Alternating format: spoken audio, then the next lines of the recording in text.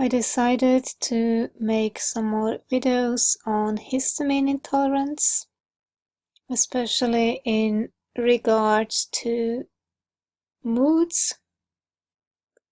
And if you want to know more about this, I put the link in the description. This is all from Dr. Becky Campbell's website. She writes a lot about histamine intolerance and mast cell activation syndrome. So look it up. It's a lot of good information. Can histamine intolerance cause anxiety? Of course it can. I know for sure. If you have been following my recent blog posts, you're not going to be surprised that an overabundance of histamine can be related to the presence of anxiety, depression, and panic attacks in those with histamine intolerance or sensitivity. With those that suffer with histamine intolerance, anxiety can be caused by 1. An unhealthy gut related to a histamine intolerance, and 2. The presence of tachycardia, rapid heartbeat, related to the overactivation of the sympathetic nervous system, part of the autonomic nervous system, which activates what is often termed the fight or flight response. Let's look at the two scenarios in more detail. Remember, there may be many reasons why histamine in our bodies is increased. 1. We're producing too much histamine, like with mast cell activation syndrome, MCAS. 2. We're eating too many histamine-rich or fermented foods that our bodies aren't breaking down effectively. 3. Our DAO enzyme capabilities are low and we aren't able to break down histamine as fast as we're producing it. And or 4. We have small intestinal bacterial overgrowth, SIBO, which is defined as an overabundance of bacteria and an increase in histamine production from the proteins of undigested food. SIBO can cause a leaky gut, which is an intestinal permeability syndrome where the gut lining is damaged. With leaky gut, food particles, bacteria, and environmental toxins seep into the bloodstream and cause problems in the body like chronic inflammation due to a persistent autoimmune response. What does all of this have to do with anxiety? Usually, anxiety is blamed on a chemical imbalance in the brain, but as it turns out, this likely isn't the whole story.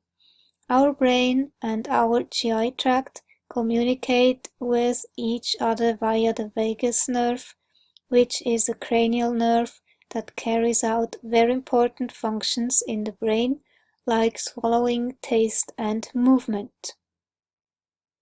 This nerve can be activated by various compounds found in the gut, forming the basis for the conceptualization of the microbiome-gut-brain axis. Problems with these pathways result in neurotransmitter, chemical messengers disruption, chronic inflammation, and overactivity of the hypothalamic-pituitary-adrenal axis, HPA-axis.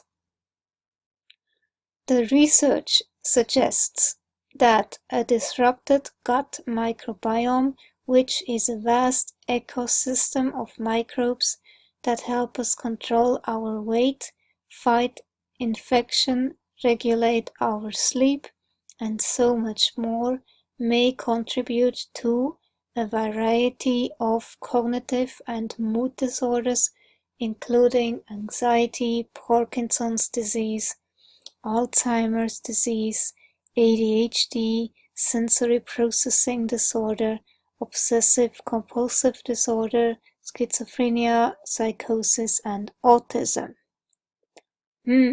Okay. So she then has this infographic. I love infographics. It's all in one place and just easy to take in. So here you have diet, genotype, feeding pattern, inflammation. And I find it interesting, she writes antibiotics, but also probiotics. That's interesting. So if there is a dysbiosis, it can create anxiety and depression, autism, obesity, chronic intestinal inflammation. I'm not sure if I can agree on this one. Autism is not only gut related. It's not.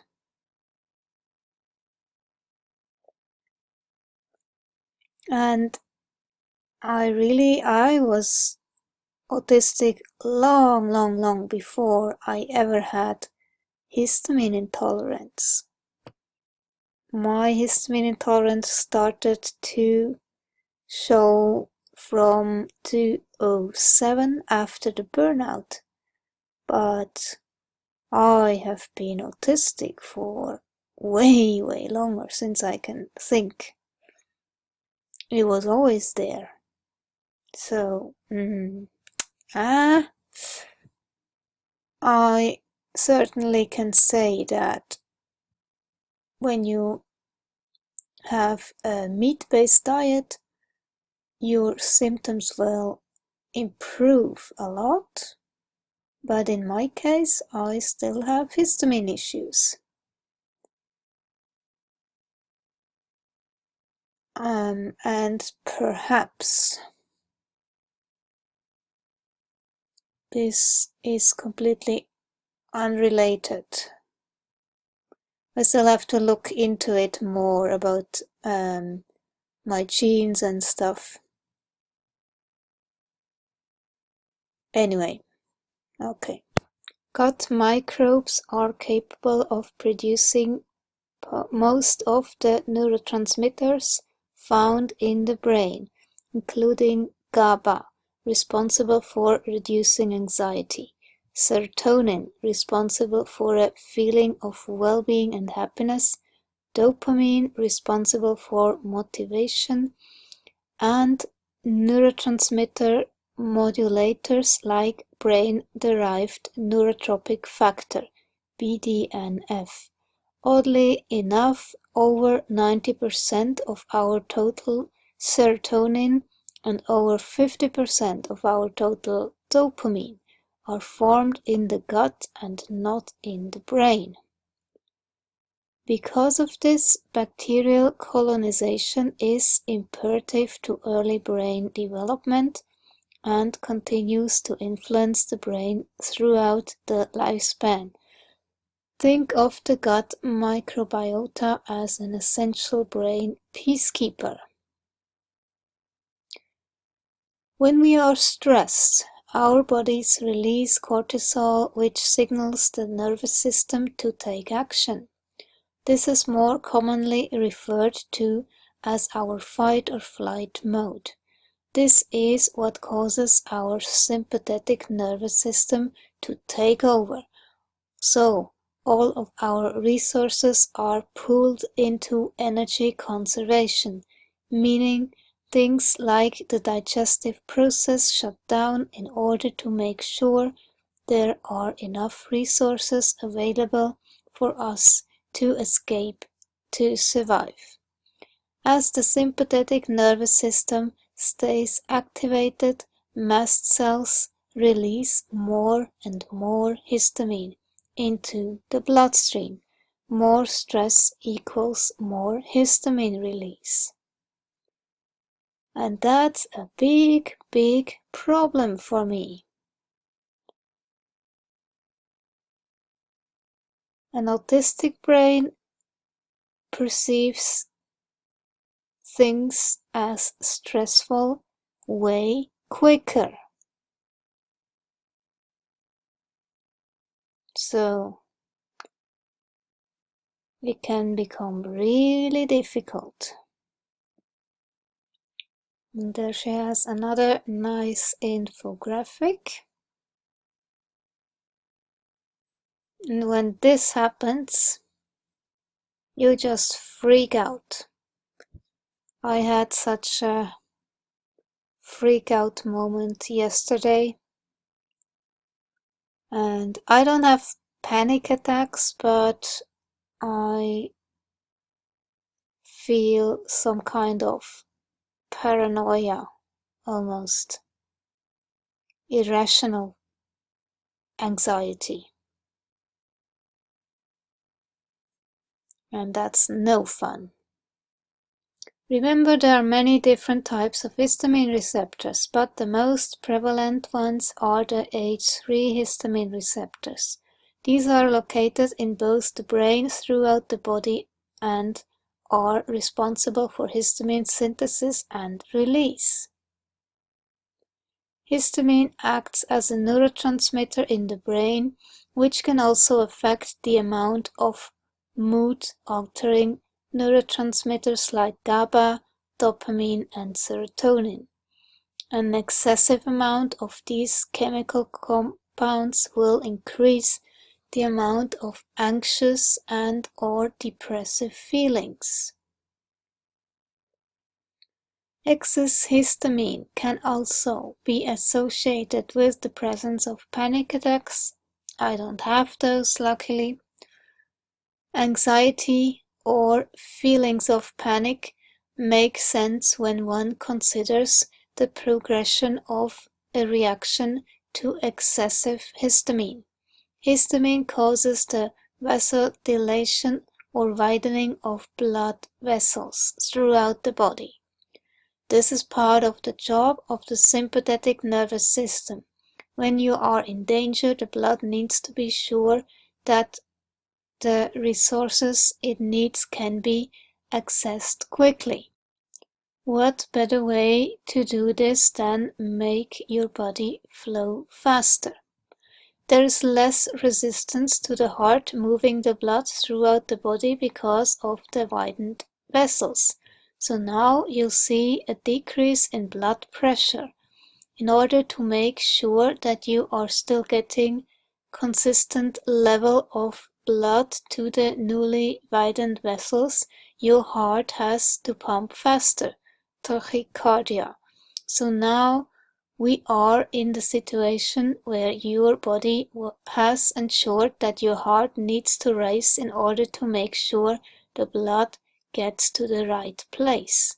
You also may experience shortness of breath, dizziness, a pounding heart, flushing, or a redness in the face. Can we panic now? No! Because of the cumulative nature of more stress causing more histamine release, more stress and excessive histamine can also cause more panic attacks. How do we get stress and histamine intolerance under control? Keep in mind that stress does not cause histamine intolerance, it merely aggravates it. Figuring out a way to not only keep our histamine release under control, in addition to identifying and managing stress effectively, are going to be our keys to success. So, one is magnesium supplementation. Yeah. I have been taking magnesium for a very long time. That was the first thing I tried against the migraines, and it wasn't enough. it wasn't enough. I had to change my diet and prevalent in many vegetables. I don't agree on that because it will totally cause a lot of other issues like bloating and inflammation.